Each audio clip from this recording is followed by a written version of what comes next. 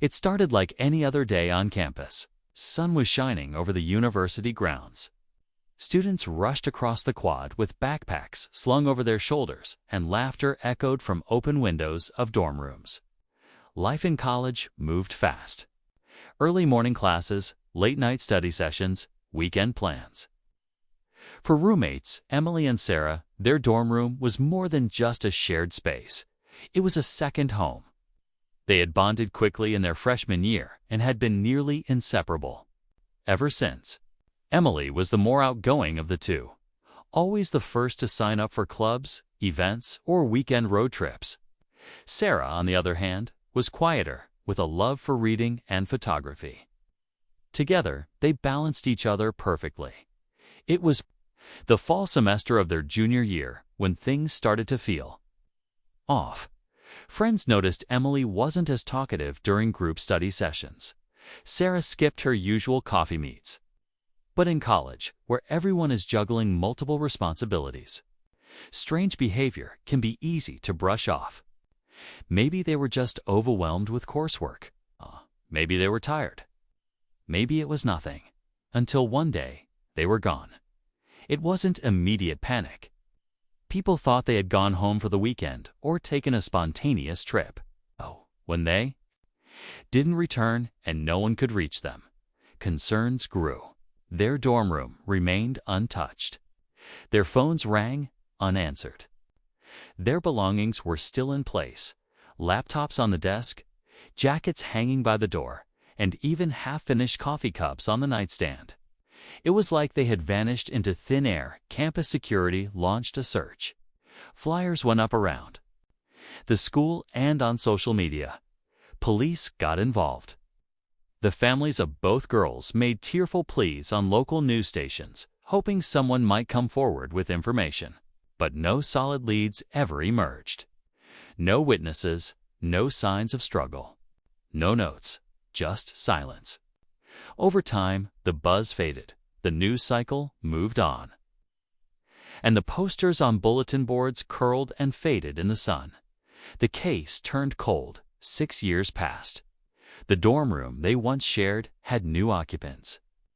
Friends moved on, graduated, and built new lives, though the memory of Emily and Sarah lingered in hushed conversations and old yearbooks. For their families, however, the pain remained raw. Every holiday, every missed birthday, every unanswered question, it all haunted them. The worst part was not knowing. Were they alive? Had they run away? Or had something far more sinister happened behind those dorm walls? Then, one summer afternoon, everything changed because of a random Google search. It began with a Reddit user scrolling through Google Street View images out of boredom. He was virtually exploring back alleys, abandoned roads, and lesser-known neighborhoods when he stumbled upon something strange. He zoomed into a small alley behind a block of apartment buildings not far from the university campus. There, frozen in the image, was a red sedan with its trunk open. A man was leaning into the trunk, his face hidden. Behind him, 3 blue trash bins lined the alley, and the beige brick buildings cast long shadows over the narrow street. The image seemed normal until the user looked closer. Inside the trunk, barely visible, was something unsettling. The user posted the screenshot to a forum, and it quickly gained traction. People began zooming in, enhancing the image, speculating about what could be seen in the shadows of that open trunk. Some dismissed it as a glitch or coincidence. Others claimed it looked like a duffel bag, or maybe something else. A few even suggested it resembled part of a person, a knee, a foot, maybe an arm. No one could say for sure, but the timing of the photo, its location near the campus, and the eerie vibe were enough to reignite curiosity around the missing students. It didn't take long for amateur sleuths and true crime followers to connect the dots. The vehicle model, similar to the one that used to be parked near Emily and Sarah's dorm. The alley, just a few streets away from campus, in a part of town students rarely went unless they lived nearby. And then there was the date, the street. View image was captured exactly 3 days after Emily and Sarah disappeared. The community exploded with theories. Could this be a breakthrough? Was the car connected to their disappearance? Who was the man with his head inside the trunk? Had Google unknowingly captured a moment that held the key to the entire mystery? Police were notified, and investigators began digging back into the case.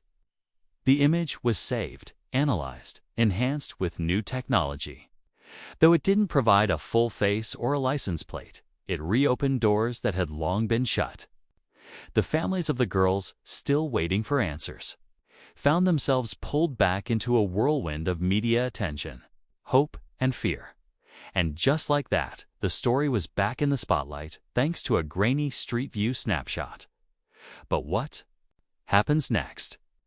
Was this image just a strange coincidence, or does it hold the truth behind a mystery that had haunted a campus for years? What secrets does that alley hide? And who, if anyone, was behind the disappearance of Emily and Sarah? Stick around. What's uncovered next might change everything you thought you knew.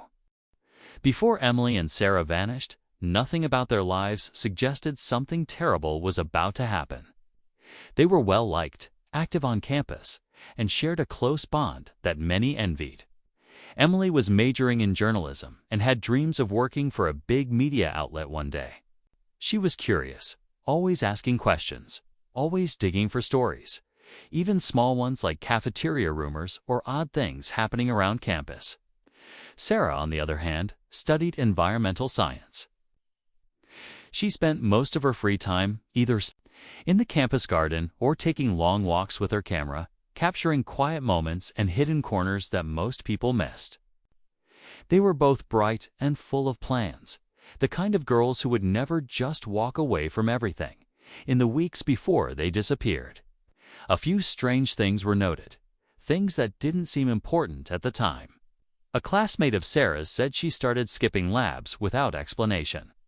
Emily, who was never late for her part-time job at the campus radio station, suddenly missed 2 shifts. When asked, she simply said she had a family thing to take care of. It didn't raise major alarms then. Everyone has off days. But what no? One knew at the time was that Emily had been researching something she never told anyone about. She had mentioned offhandedly to one of her professors that she was looking into a local story for fun.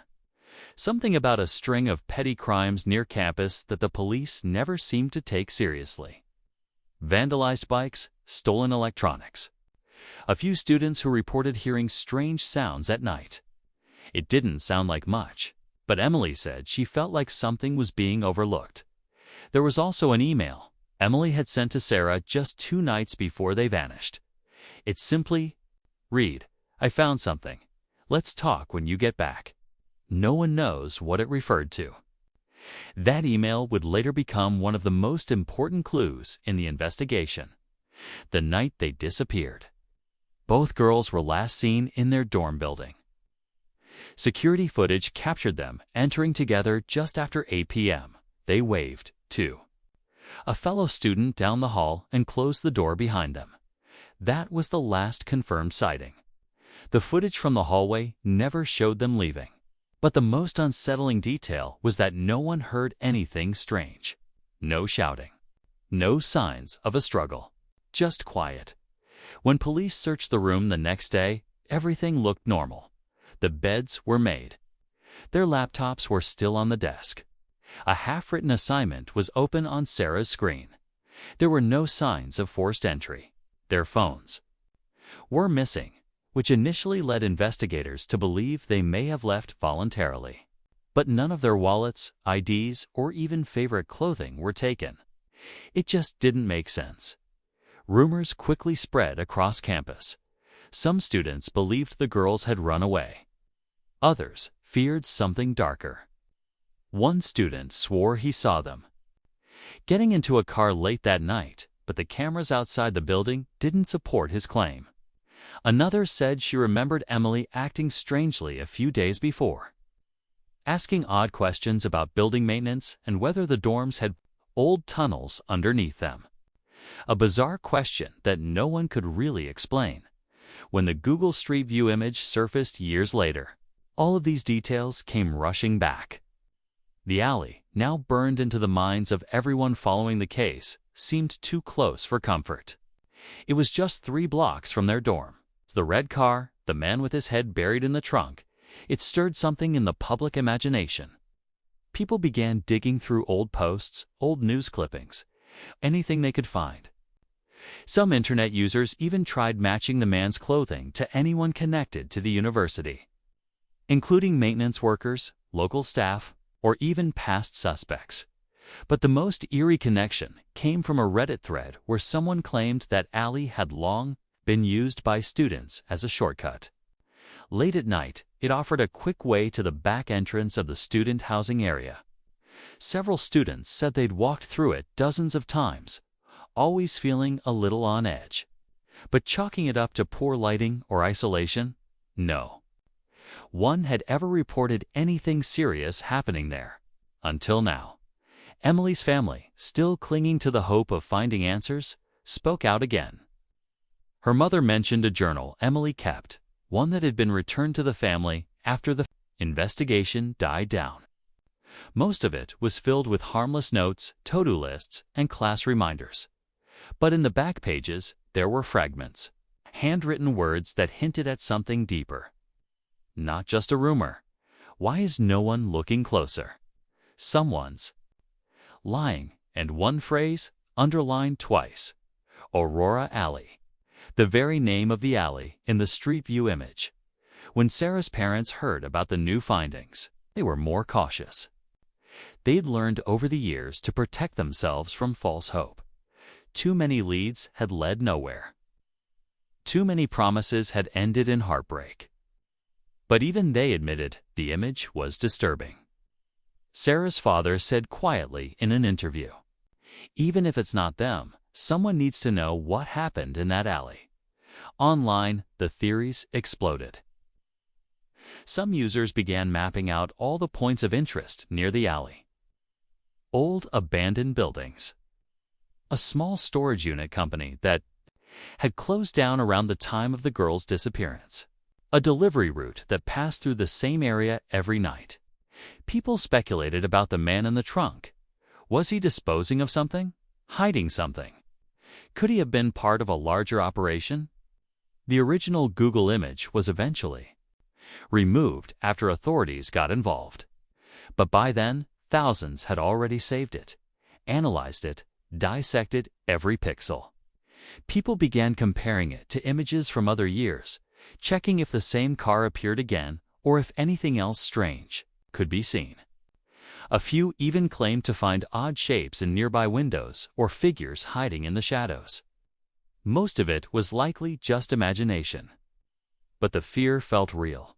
And then, in the middle of all the chaos, another clue surfaced. A former student who had transferred out of the university a year after the disappearance came forward with something unexpected. He claimed he had once been invited to a basement party near that same alley. The house, he said, was always strange. No music, no lights, just a few people hanging around in near silence. He remembered one guy who wouldn't stop watching the front door and another who asked way too many questions about who he was there with. At the time, he thought it was just an awkward night. But now, looking back, he wondered if there was more to it. The story was far from over. More questions kept rising. Why had Emily mentioned the alley before? What exactly had she found? And was the man caught on Google Street View just a passerby, or something much more dangerous? Whatever the truth was, it had been hidden for 6 long years, and now it was beginning to surface. As police reopened the case, pressure built quickly. The Google Street View image brought a rush of attention, not just from curious internet sleuths, but also from local media and former students who had been on campus the year Emily and Sarah disappeared. Everyone had a theory, a suspicion, a memory. Old wounds were being reopened, and long-buried fears began to creep back into the minds of those who had lived through the initial disappearance. But despite the renewed attention, Real's answers were still out of reach. Investigators began combing through security footage again, not just from the dorm building, but from nearby traffic cams, businesses, even streetlights with hidden cameras that were active around that time. But much of the footage was already lost, corrupted, or overwritten. They tried tracking down the red car in the image. It appeared to be a late 90s model, slightly rusted on the left bumper. Dozens of tips came in from people who thought they'd seen similar vehicles, but none led to anything concrete. Meanwhile, a new angle began to emerge, one that pointed not to the night of the disappearance, but to the weeks leading up to it. A former friend of Emily's named Jess came forward. She had kept quiet during the original investigation, thinking what she knew wasn't important. But now, the strange pieces started falling into place. Jess recalled a night a few weeks before Emily vanished. They had been walking back from a late film class when Emily asked her a strange question. "Have you ever felt like someone's following you?" Jess thought it was just nerves. It was late, the path was dark, and Emily always had an active imagination. But she remembered something else. Emily had stopped suddenly and stared down a small side street near the back of campus. There was a car idling, headlights off. It didn't move. It just sat there. Jess brushed it off at the time. Now she wasn't so sure. Investigators added this to their timeline. Someone may have been watching them for weeks. Someone who knew their patterns, their routines, their dorm room, and possibly even the best time to strike. As this theory gained traction, online forums lit up with speculation. Could this have been a case of targeted stalking? Did Emily accidentally dig up something she shouldn't have? Some pointed to a string of unsolved break-ins around the time of the disappearance, including one in a nearby faculty office where a laptop was stolen, a laptop rumored to contain sensitive information. Related to campus security reports, Sarah's side of the story was quieter, but no less eerie. Her roommate from freshman year, who transferred before junior year, reached out anonymously. She said Sarah had become obsessed with abandoned buildings near the outskirts of town, especially a shuttered textile warehouse about a mile from campus. Sarah would visit it in the afternoons, taking photos and walking around the property. When asked why, she said she liked how forgotten places held secrets. That detail stuck with investigators. They pulled records, searched drone images, and even tried accessing historical maps. But nothing conclusive tied the warehouse to the girls yet. Then came a twist no one expected. A retired janitor from the university, who worked during the time of the disappearance, contacted local police after seeing the renewed coverage. He said that a week before the girls vanished, he'd been called to check a maintenance closet in the lower level of their dorm building. It wasn't a space students usually accessed. Inside, he found the lock broken and some items disturbed, including an old metal grate leading to the sub-basement, a level most people didn't even know existed. When he reported it, the matter was quietly dismissed. At the time, he assumed it was a prank or a dare gone wrong. Now, he wasn't so sure. That lead opened up a new subplot, one that suggested the campus itself might hold answers. Urban legends about underground tunnels beneath the university had floated around for decades. Students told stories of maintenance passages, old bomb shelters, forgotten storage rooms. Most of it was chalked up to college myth.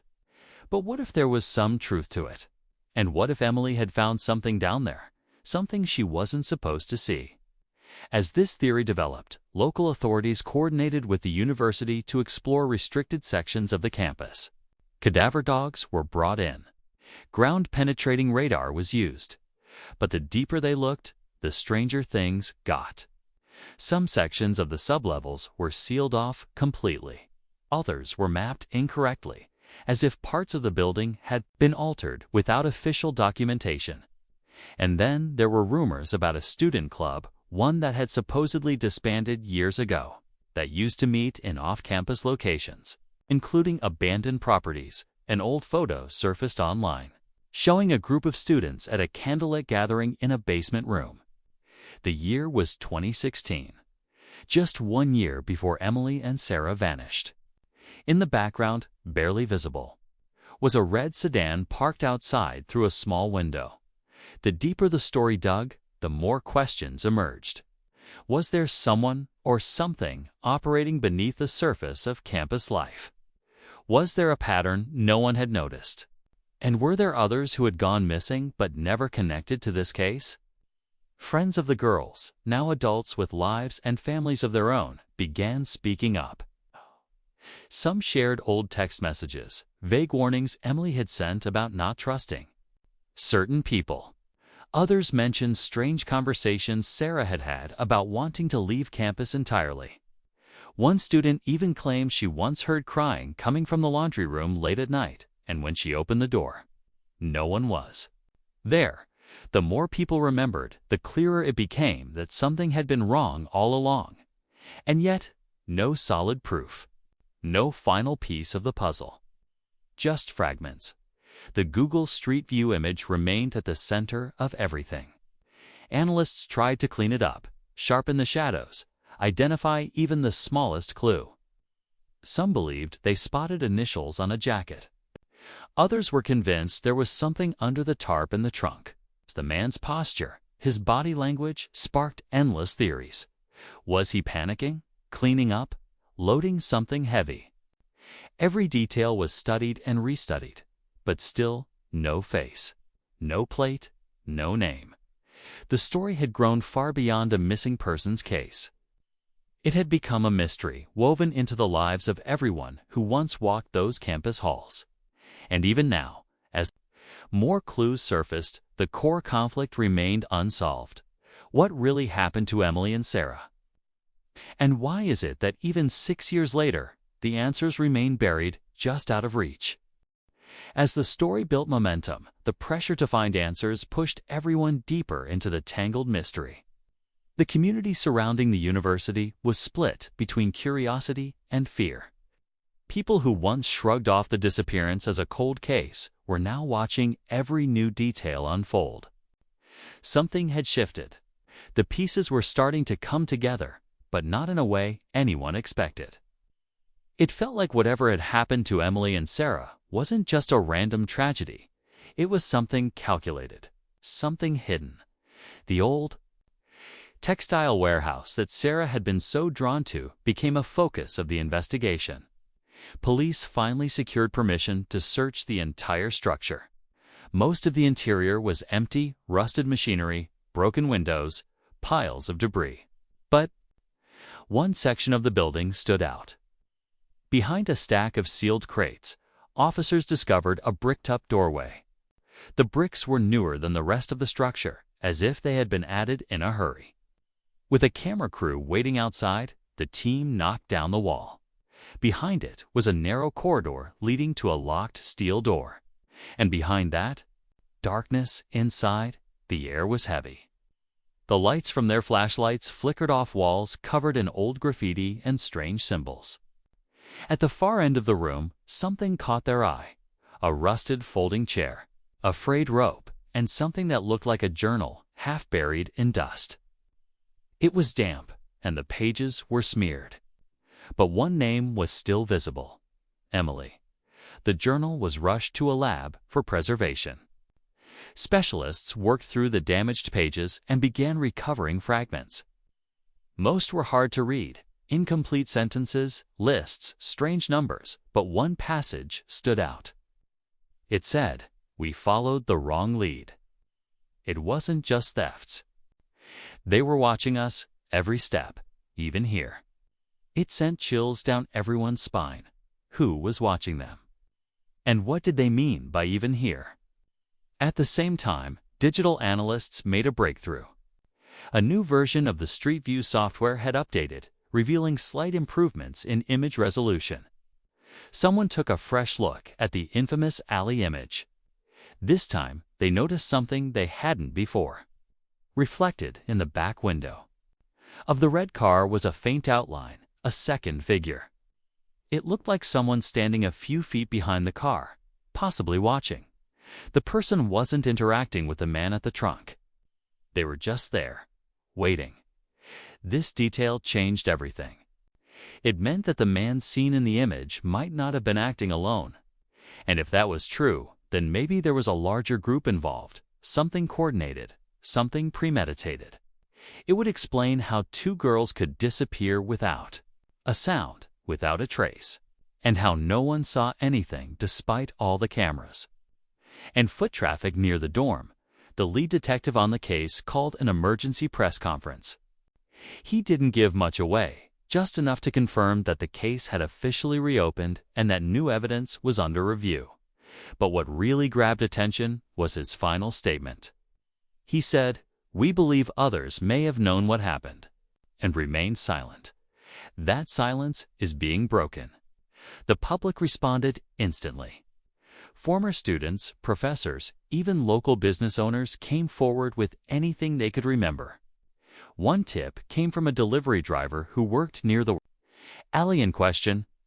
He claimed he once saw a red car parked there late at night, not once, but multiple times over several weeks. He remembered it because the car had a dent near the left taillight, the same spot seen in the Google image. Another tip came from a maintenance worker who said a storage unit near campus had been rented under a false name during the year of the disappearance. It was paid in cash, used infrequently, and eventually abandoned. Investigators raced to track it down. When they finally accessed the unit, what they found was chilling. Old camera equipment, maps of the campus, copies of student ID photos, including one of Emily. That discovery opened a deeper, darker possibility. What if Emily and Sarah hadn't just stumbled into danger? What if they were chosen? The tension around campus grew. Students who had been there during the original disappearance were now looking over their shoulders. Even faculty members started to ask questions. Why had certain complaints gone ignored? Why had previous building reports been altered or deleted? Someone had clearly gone to great lengths to hide something. And now, that something was beginning to surface. Back in the forensic lab, more pages from Emily's journal were restored. One entry mentioned a name, MC.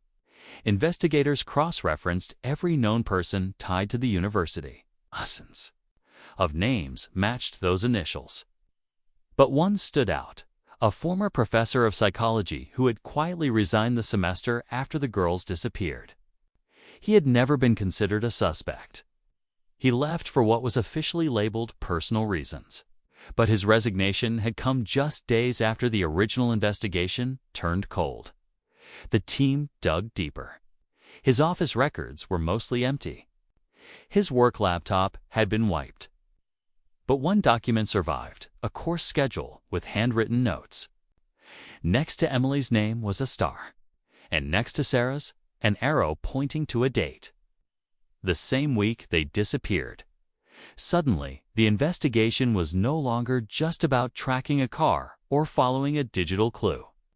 It was about uncovering what had been hidden in plain sight. The pieces were falling into place, but nothing had been confirmed yet. The fear now wasn't just what had happened to the girls, but how many people might have helped cover it up, and why. With every new clue, the sense of dread grew stronger. It felt like they were closing in on something big, something dangerous.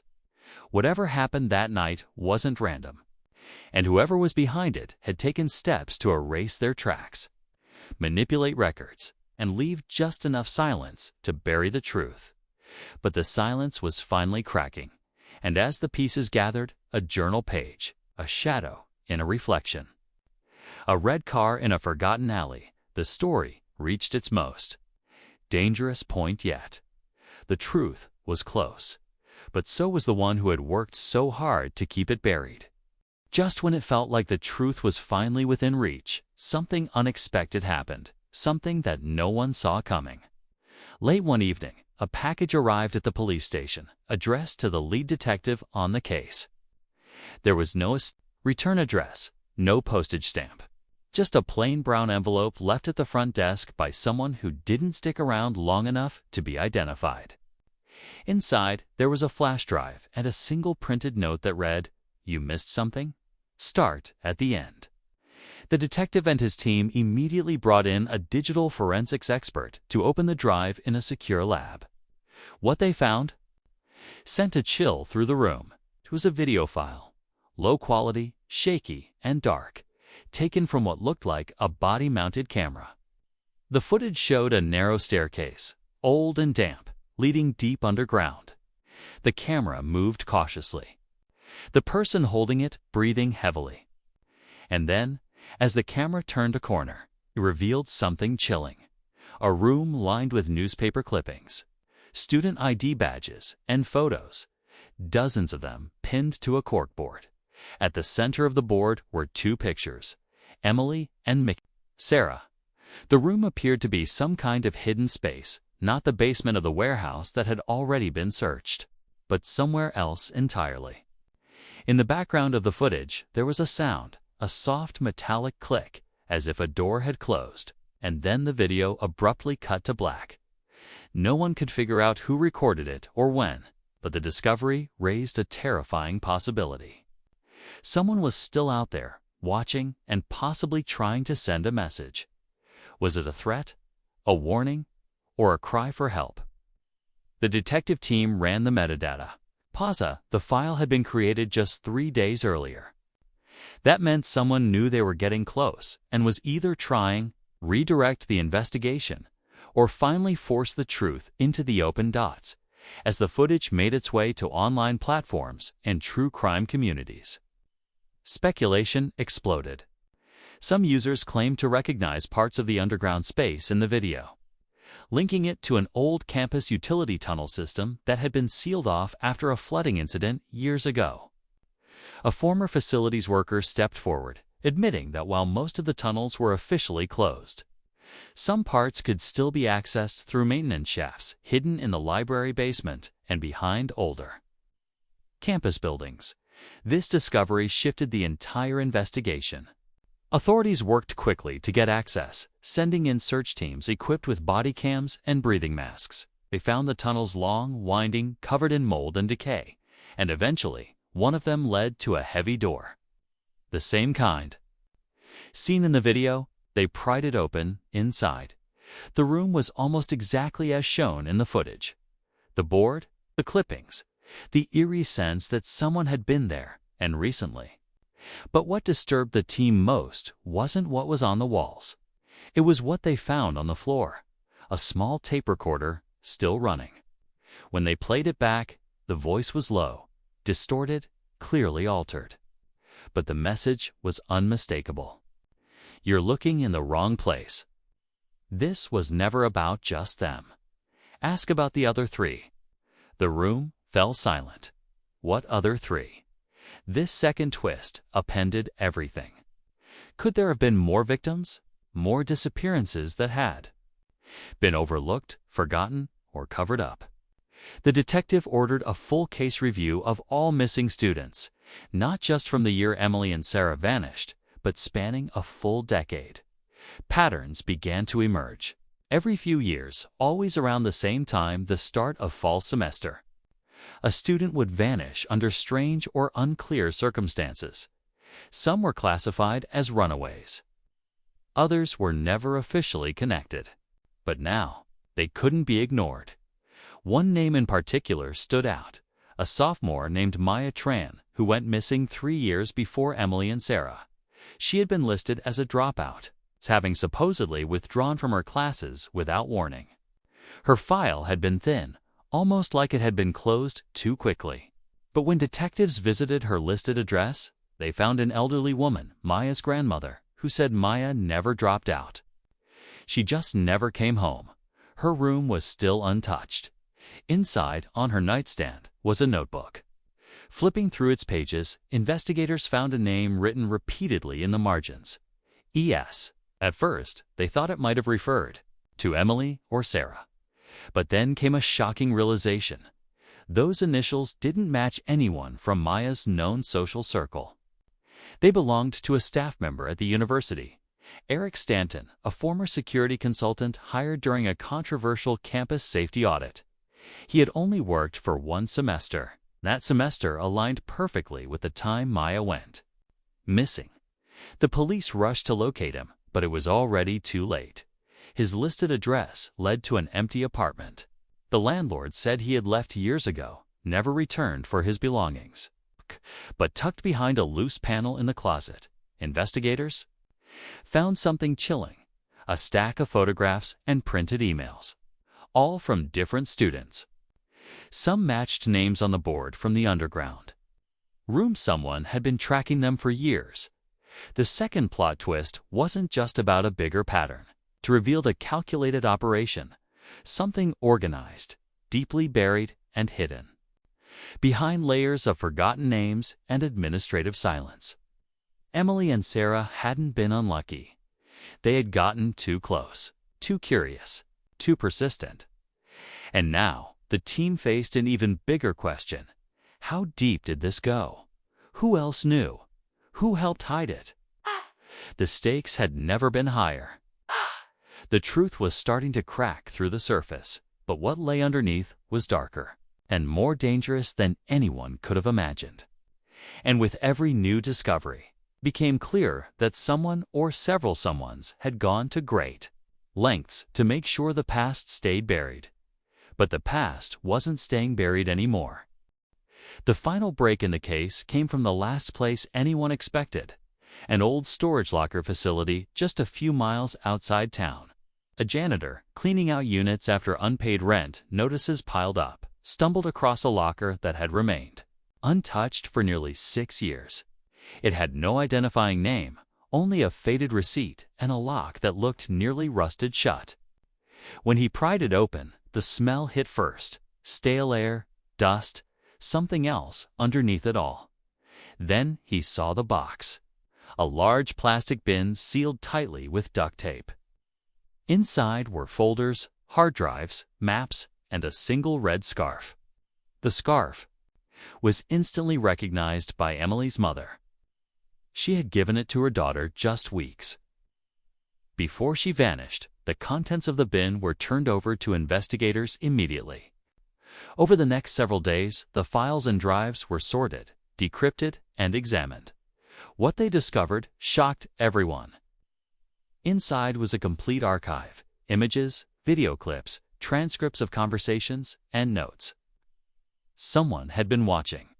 Not just Emily and Sarah, but at least 5 other students across several years. The details were disturbing in their precision. Every class schedule, every shortcut route across campus, every interaction with faculty. There were even audio files, recordings taken from what appeared to be hidden microphones planted in dorm rooms. And then came the final piece. One hard drive contained a complete video timestamped the night Emily and Sarah went missing.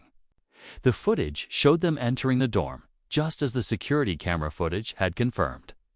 But this view came from inside the room, filmed through what must have been a hidden camera placed behind a vent. The girls were talking, nervous, but calm, about something Emily had found. She said, "It's not just about the break-ins. There's a pattern. I think we're being watched." Sarah asked if they should go to the police. Emily replied, "Not yet. I want to get proof first." Then there was a knock at the door. The footage went grainy, distorted. You could hear their voices, but not make out the words. Then, silence. Moments later, 2 masked figures entered the room using a duplicate key. What followed was quick, too quick to process clearly. The audio dropped, and the file ended with the image frozen on the open door. The hallway behind it completely empty. That was the final confirmation they had been taken, and it had been planned. No spontaneous act, no accident. But here's where the twist came in. The investigation traced the camera and equipment used in the surveillance back to a small private security firm. On paper, it had shut down years ago, but its founder was none other than Eric Stanton, the same former consultant tied to the missing student Maya Tran. Digging deeper, They found that Stanton had worked with a handful of former campus employees, all of whom had quietly disappeared into different states, different careers, different lives. It was clear now a group of insiders had operated quietly, targeting students, collecting information, and covering their tracks through university channels. But then came one last surprise. During a final sweep of the tunnels beneath the university, areas still being explored weeks after the second tip surfaced, search dogs picked up a scent behind a crumbling stone wall. When investigators pulled it apart, they uncovered a sealed space, almost like a panic room. Inside, dusty but intact, were blankets, water bottles, and something that made everyone stop: a pair of worn-out shoes and a student ID. It was Sarah's DNA evidence confirmed it. She had been there, alive, at least for a while. What's more, small marks scratched into the wall revealed a crude calendar system. By counting them, investigators estimated that someone, likely Sarah, had survived in that room for nearly 2 months after the night she vanished. The final marks ended abruptly. Whether she escaped, was moved, or didn't survive remains unknown. But the revelation shifted the entire narrative. It wasn't just a disappearance. It was a hidden captivity, one that no one knew existed until now. The case made national headlines. Arrests were made. Former staff were charged. The university came under fire for years of ignored complaints, faulty building records, and mishandled safety concerns. Memorials were held. Parents finally got the truth they had been begging for. Emily and Sarah's names were cleared of all the rumors, and their story became a call for reform in campuses across the country. But in the midst of all the answers, one last detail remained unresolved. In the bottom of the storage bin, beneath the last folder, was a photo. It wasn't labeled. It showed Emily and Sarah walking across campus, clearly taken without their knowledge. But in the background, partially hidden behind a tree, stood a man. His face wasn't clear, but something about his build, his posture, felt familiar. Facial recognition analysis couldn't produce a match, because he wasn't one of the suspects. He wasn't anyone they had ever identified. And in the corner of the image, written in small red ink, were the words, "She was never." Alone, the investigation was over, but the story wasn't. In the weeks that followed the explosive reveal of the underground room and the final hard drive, the investigation began to slow. Not because there were no more leads, but because the puzzle had largely taken shape. The people responsible for orchestrating the disappearances of Emily and Sarah and possibly others had either been arrested or fled. Some were caught in other states under different names. Others were still being tracked. But with each confession and each recovered document, the truth became more visible. What had happened to the 2 girls was the result of a long-running, covert operation disguised as campus security initiatives, a web of manipulation that preyed on vulnerable students, those who asked too many questions or happened to see what they shouldn't. The story gained national media attention. News stations across the country covered the reopened case of the missing college girls and the chilling clues uncovered through Google Street View. True crime podcasts, investigative journalists, and YouTubers dived into the case, each bringing in millions of viewers who were drawn to the mix of technology, secrecy, and survival. It became a cautionary tale about trust, about how easily things can be hidden in plain sight, and about the systems that fail to protect those most in need. For Emily's family, the recovery of her belongings and the confirmation of what happened brought a painful but needed kind of closure. They held a memorial in her hometown, surrounded by the community that had supported them through years of waiting. Her mother, holding back tears, spoke about Emily's bravery, how she was never one to walk away from the truth, even when it scared her. She didn't just go missing, she said. She uncovered something people wanted buried. And we're here now because she didn't stop looking. Sarah's story left more open questions. her survival in the hidden room underneath campus. The scratched marks on the wall and the discovery of her student ID confirmed she had been alive far longer than anyone imagined. But after those final marks, the trail ended. Despite searches, no remains were ever found. No DNA suggesting what happened next. The working theory was that she may have escaped or been moved again before her captors abandoned the site. There were even reports, unconfirmed, of someone matching her description spotted in nearby towns shortly after the secret room was discovered. Police followed up each one, but none led to a positive ID. Still, for her parents, the idea that she might have survived for weeks, even months, was both heartbreaking and awe-inspiring. It changed the way people talked about her. She wasn't just someone who vanished. She fought, she waited, she left clues. Her strength became the subject of articles, documentaries, and survivor advocacy groups. Sarah's brother later started a foundation in her name, working with other families of missing persons, determined to make sure their voices wouldn't be ignored like his sisters had been. The campus itself changed forever. The university launched a full internal review, shutting down outdated buildings, sealing off the underground tunnels, and overhauling security practices. They installed new emergency systems, improved surveillance, transparency, and created a task force to work with law enforcement during any future investigations. For students, the changes were necessary but came with a heavy shadow.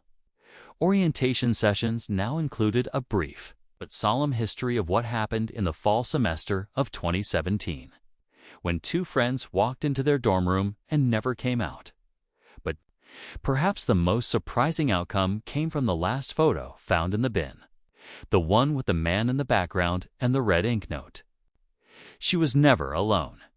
Investigators examined the image again and again.